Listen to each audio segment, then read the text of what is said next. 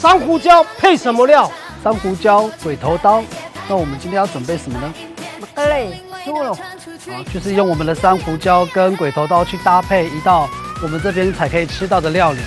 红梨树的山胡椒，秀林三宝嗨起来。红梨怎么料理？海丰红梨饭团，我们用白饭，用很传统的方式配红梨下去一起做一些搭配，来呈现今天的料理。树豆变什么好料？看我们秀林的创意。海猎人甘露汤，我们今天要准备什么食材呢？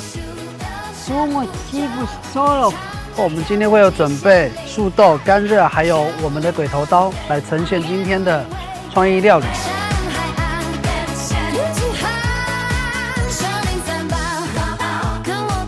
秀林三宝创意料理竞赛，等你一起来挑战。